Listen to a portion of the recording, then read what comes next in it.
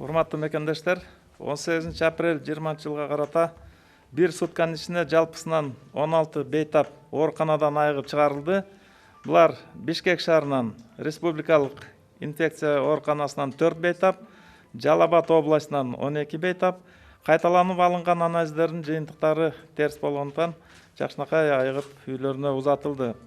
Ошентип бүгүнкү күнү республика боюнча жалпы 130 бейтап айыгып ооруканадан чыгышты. 18 апрелге карата республика боюнча тастыкталган COVID-19 инфекциясынын жаңы 17 учуру катталды. Нарын областында Ат Баш району 11 учуру, Ош областында 5 учуру, бул Нокат районунда 4, Кара Суу районунда 1. Ош шаарында 1 бейтап ооруканага алынды. Кыргызстанда тастыкталган COVID-19 инфекциясынын жалпы 506 учуру катталды. Анын ичинде Жалал Абад областында 93, Ош областында 140, Ош шаарында 74, Чүй областында 28, Бишкек шаарында 102, Баткен областында 5, Нарын областында 56, Ысык-Көл областында 8 учуру катталды. Бир сутка ичинде коронавирус жугузуп алган медициналык кызматкерлер катталган жок. Жалпы республика боюнча ушу медициналык мекемелерде иштеп аткан кызматкерлердин саны ооруп калган учуру 116 учур бойдон калды. Жалпы катталган учурлардын ичинен 270 аял кишилер, 236 эркек, жаңы катталган учурларда 4 аял киши, 13 эркек. Жашына бөлүштүрүү боюнча караганда 15 жашка чейинки балдардын саны 50-гө жетти. Анын ичинде 1 жашка чейинкиси 3 бойдон турат. 16 жаштан 19 жашка чейинкиси 14, 20 жаштан 35 жашка чейинкиси 126, 35 жаштан 55 жашка чейинкиси 191, жана 55 жаштан андан жогорусу 125, жалпысынан 506 бүгүнкү күнү бейтап эсепте турат. Бүгүнкү күнү ооруканаларда 371 дарыланып жатат. Мунун ичинен 12си оор абалда турат. Жандандыруу бөлүмүнө 6 бейтап которулган. Орточо абалда жана канааттандырарлык деп 359 бейтап туруп атат. Чыгарылганын мен айттым 130, каза болгондордун саны 5. Изилдөөлөргө келип түшкөн анализдердин саны бүгүнкү күнү 31460-га жетти. Аны тастыктоодо ушу 30868 жыйынтыгын алдык. Сутка ичинде 1850 анализ иштетилди. COVID-19 лабораториялык жактан тастыкталган оорулар менен байланышта болгон жактардын саны 7738 санында турат. Анын ичинен жакын байланыштар бул биринчи категориядасы 1663, башка экинчи категориядагысы 6075 учуру турат.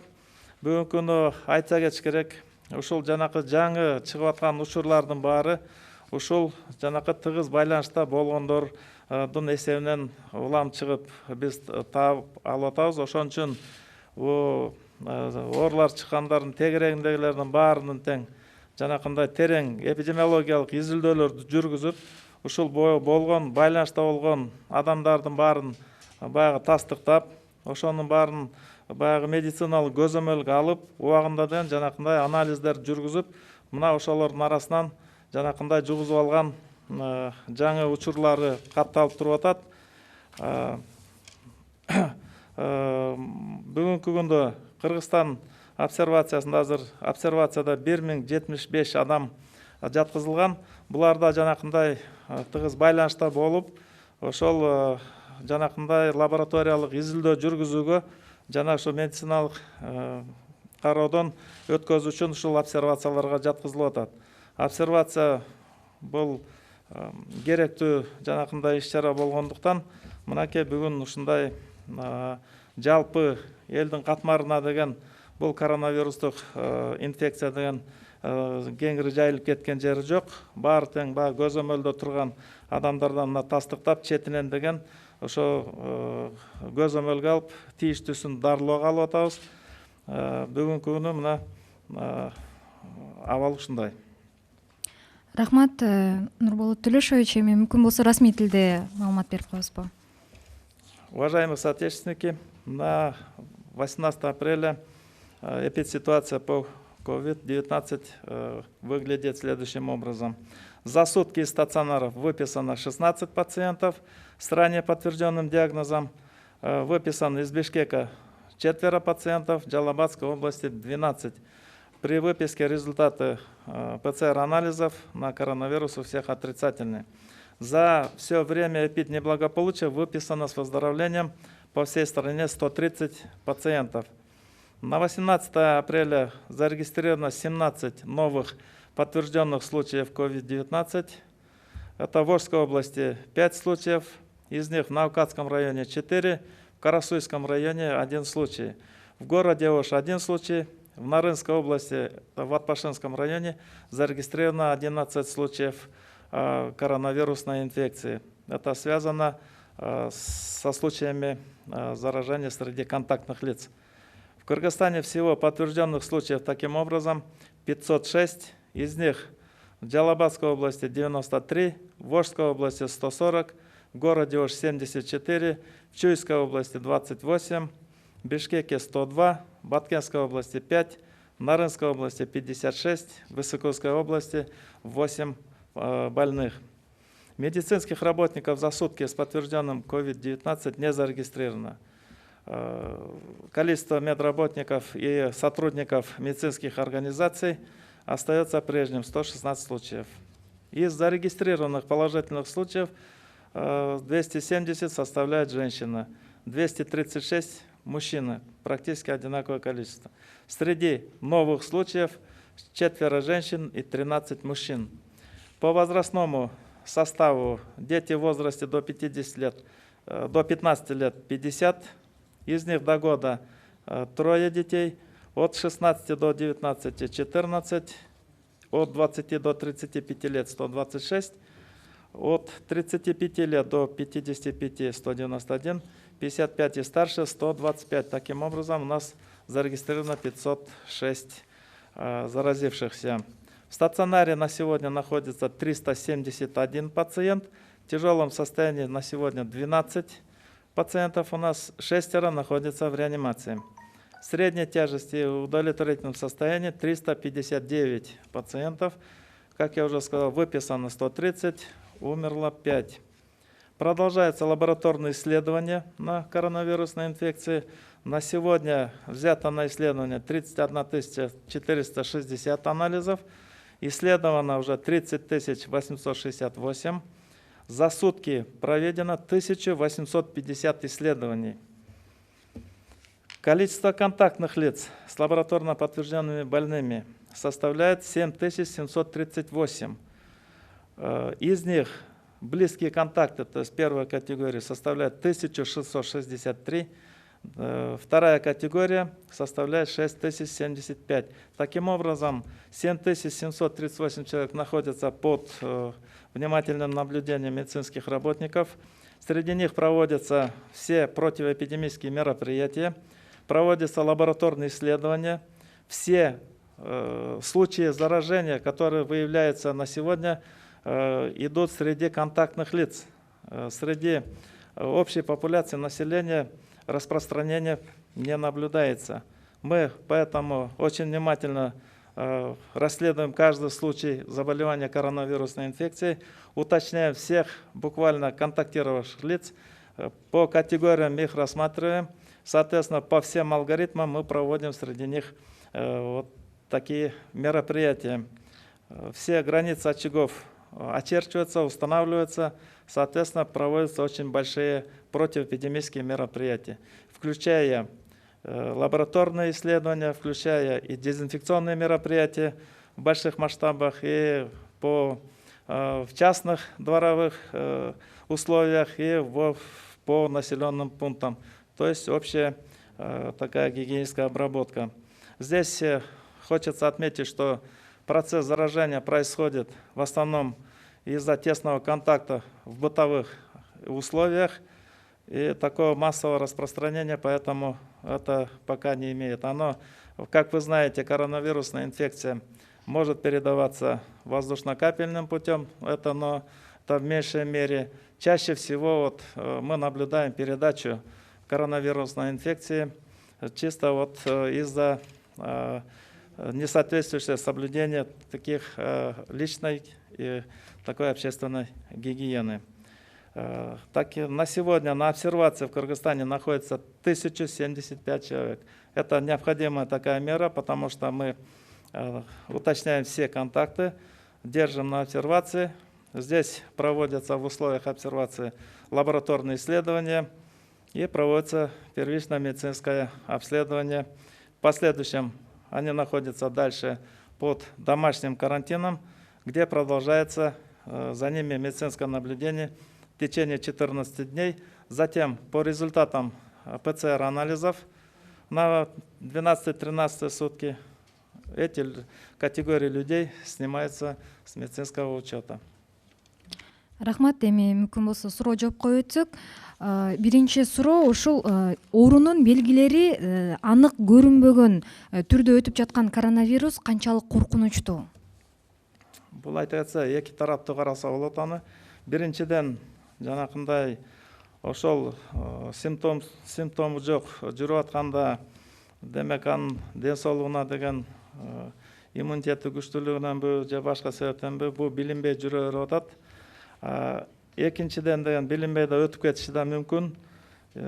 Башка жагынан караганда, бул эпидемиологиялык жагынан карасак, бул өтө жанакындай кооптуу жагдайга алып келиши мүмкүн. Анткени ошол симптомсуз түрдө өтүп атканда деген айлана чөйрөгө жанакындай вирустун чыккандыгы деле байкалат. Башка элдерге да ошо коркунуч туудуруп коюшу мүмкүн. Ушул эле суроого расмий тилде жооп алсак, опасен ли бессимптомный коронавирус? Но бессимптомный коронавирус надо рассматривать. В отношении самого больного это может не наносить такого, наверное, большого вреда для его здоровья, если он не ощущает признаков. Но с другой стороны, с эпидемиологической стороны, это очень вызывает озабоченность, потому что он может представлять большую опасность для окружающих его людей, потому что вирус продолжает выделяться в окружающую среду, и это может привести к фактам заражения. Рахмат. Кийинки суроо, күндөн күнгө ооруга чалдыккан медиктердин саны өсүп жатат. Мындан улам медициналык мекемелерде адистердин жетишсиздиги байкалып калбайбы? Бүгүнкү күндө мына биз айтып аткан 116 учурдун 36-сы ошол биздин врачтар түзүп атат. Калганы болсо ошо орто билимдүү жана биздин кичи медицина персоналы жана техникалык жактан тейлечү адистер болуп туруп атат. Бүгүнкү күнү жанакындай кур чүмнөздө жетишпей атат деп айткандан алысмын. Анткени ошентсе дагы жанакындай тейлеп аткан элдин саны көбөйгөндүктөн жанакындай биз контакты болуп калгандарды карап атабыз.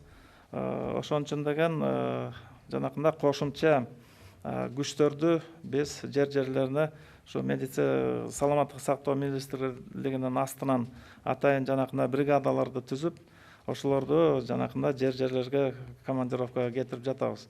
Эгерде жетпей калып атат деп бизге жанакындай координаторлордон бир маселе коюлса, аны деген ошол замат тез чечип койгонго бизде мүмкүнчүлүктөр бар. Мындан тышкары ошол жерге дагы барып, өз ыктыяры менен жардам берем деген биздин өзүбүздүн да адистерибиз бар. Алардын баарын деген керектүүсүн улама алып, ошол командировкаларга жайгаштырып атабыз.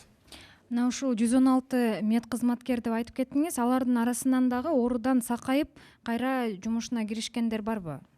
Бүгүнкү күндө андай учурларыбыз бар. Анткени деген жанакындай көп учурда деген бул COVID-19 инфекциясы көп учурда жанакындай белгилери өтө чыкпай эле ошол жеңил түрүндө өтүп атат. Андай учурларда жанакындай толук дарылоо курсун алып алып туруп, биздин кызматкерлер кайра өзүнүн ишине киришип атышат. Рахмат. Түркиядан учуп келген кыргызстандыктардын арасында COVID-19 тастыкталган учурлары чыктыбы? Так, кечээкү күнү ушул 211 биздин жарандарыбыз ошо Турция, Стамбулдан келип түшүштү. Аларды обсервацияга толугу менен жаткызып, кечинде толук анализдерин баары алынган. Бүгүнкү күнү деген ушу 198 келген биздин жарандардын анализдери толук жанакындай отрицательный деп чыгарып бердик. Калганы бир 10 чактысы ошол бүгүн лабораториялык тастыктоолор уланып атат. Саат 1:12-лерде мунун баары даяр болуп калат.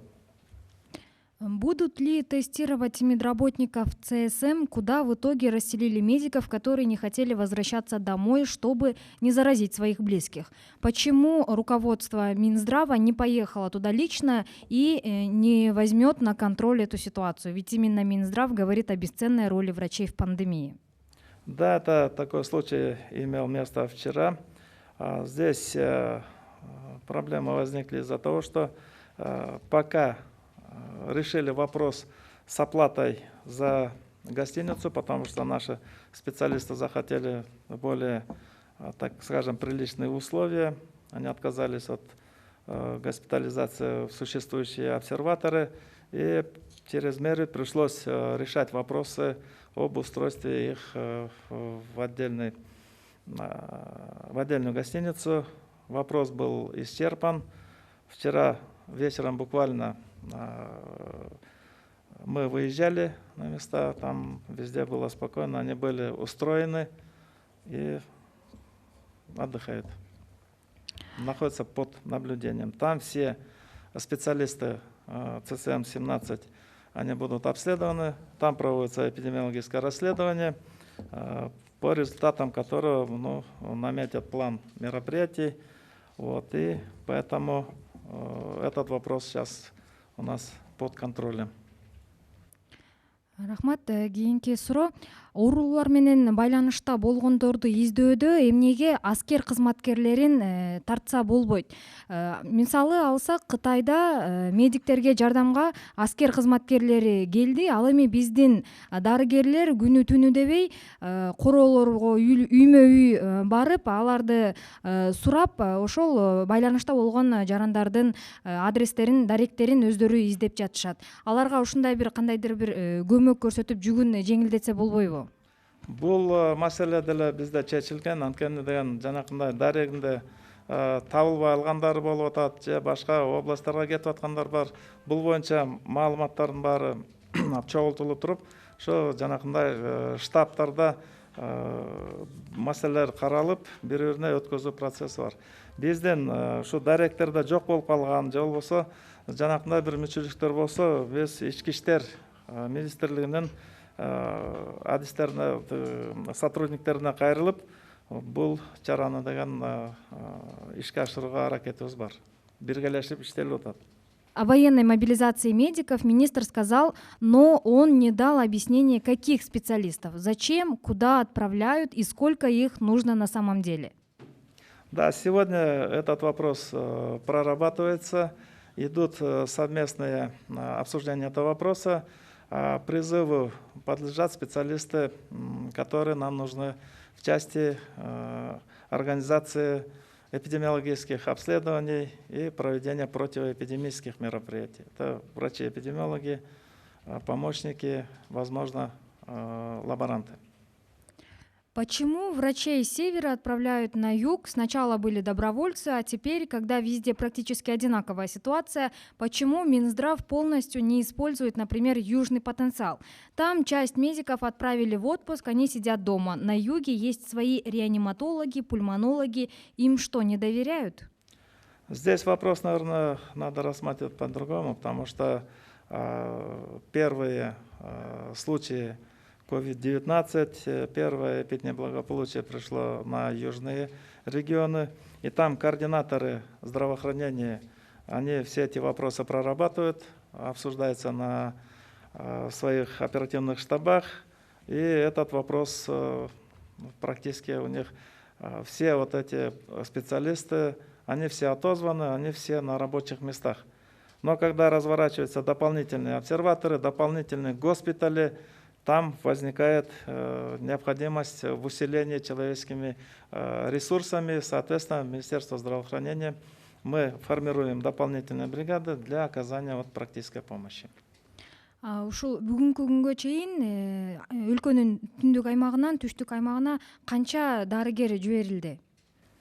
Бүгүнкү күнү так маалыматты азыр айта албайм, анткени күндө ошол жерге баягы топтолуп биз Ат башыга да кетирип атабыз, нарын Жумгалга да кетип атат, түштүккө дагы жөнөтүп атабыз. Бүгүн ар биринде бирден машина жөнөтүлөт, маршрутный автобуска ошо 7-ден 8-ден кызматкерлерди жөнөтүп атабыз. Мунун ичинде ар кыл тарапта иштеген адистерибиз бар, лабораториялардын баарын ал жерде улам алмаштырып, кызматкерлерди жанакындай ишин туура камсыз кылыш керек. Улам бир жума, 2 жума, кээде бир айда да бир алмаштырып калган учурубуз бар. Ошон үчүн бул процесс дайыма жүрүп турган линияда болуп атат. Медики пишут, что в Нарыне в некоторых больницах вообще нет специалистов-инфекционистов. Там были терапевты, санврачи работали. Почему только сейчас туда начали перекидывать столичных медиков? Я бы не сказал, что только сейчас начали перекидывать, потому что процесс был с самого начала поставлен таким образом. На условиях видеоконференции мы держим с ними постоянную связь, и где ощущается нехватка специалистов, то этот вопрос решается очень оперативно, потому что больных нельзя оставлять ни на минуту. Спасибо, Нурболот Төлешевич. Уважаемые телезрители, радиослушатели, на этом мы завершаем брифинг в пресс-центре Республиканского штаба. Вас проинформировал заместитель министра здравоохранения Усенбаев Нурболот Төлешевич о сегодняшней эпидемиологической ситуации в стране. Брифинг вы могли посмотреть в прямом эфире на телеканале ЛТР, КТРК, Лото-24, Пирамида, 5 канал, также на областных медиацентрах, а также на радиостанциях ЛФМ, Биринчи радио, Кыргыз радиосу, Минкаял ФМ, Марал ФМ, на YouTube-канале ГТРК ЛТР, в Фейсбуке на страницах «Социальное правительство», Кыргыз өкмөтү, ГТРК ЛТР и Биринчи радио. Урматтуу телекөрүүчүлөр, радио угармандар, ушуну менен биз Республикалык штабтын пресс борборундагы брифингибизди жыйынтыктайбыз. Сиздерге Кыргыз Республикасынын саламаттыкты сактоо министринин орун басары Усенбаев Нурболот Төлешевич маалымат берди. Брифингти Түз ободон ЛТР, КТРК, Алатоо 24, 5 канал, Пирамида телеканалдарынан, облустук медиа борборлордон, ошондой эле ЛФМ, Биринчи радио, Кыргыз радиосу, Минкаял ФМ, Марал ФМ радиолорунан, ЛТРдин YouTube каналынан, Фейсбуктан Кыргыз өкмөтү, Социальное правительство, МТРК ЛТР жана Биринчи радионун баракчаларынан көрүп уга алдыңыздар. Көңүл бургандарыңыз үчүн рахмат.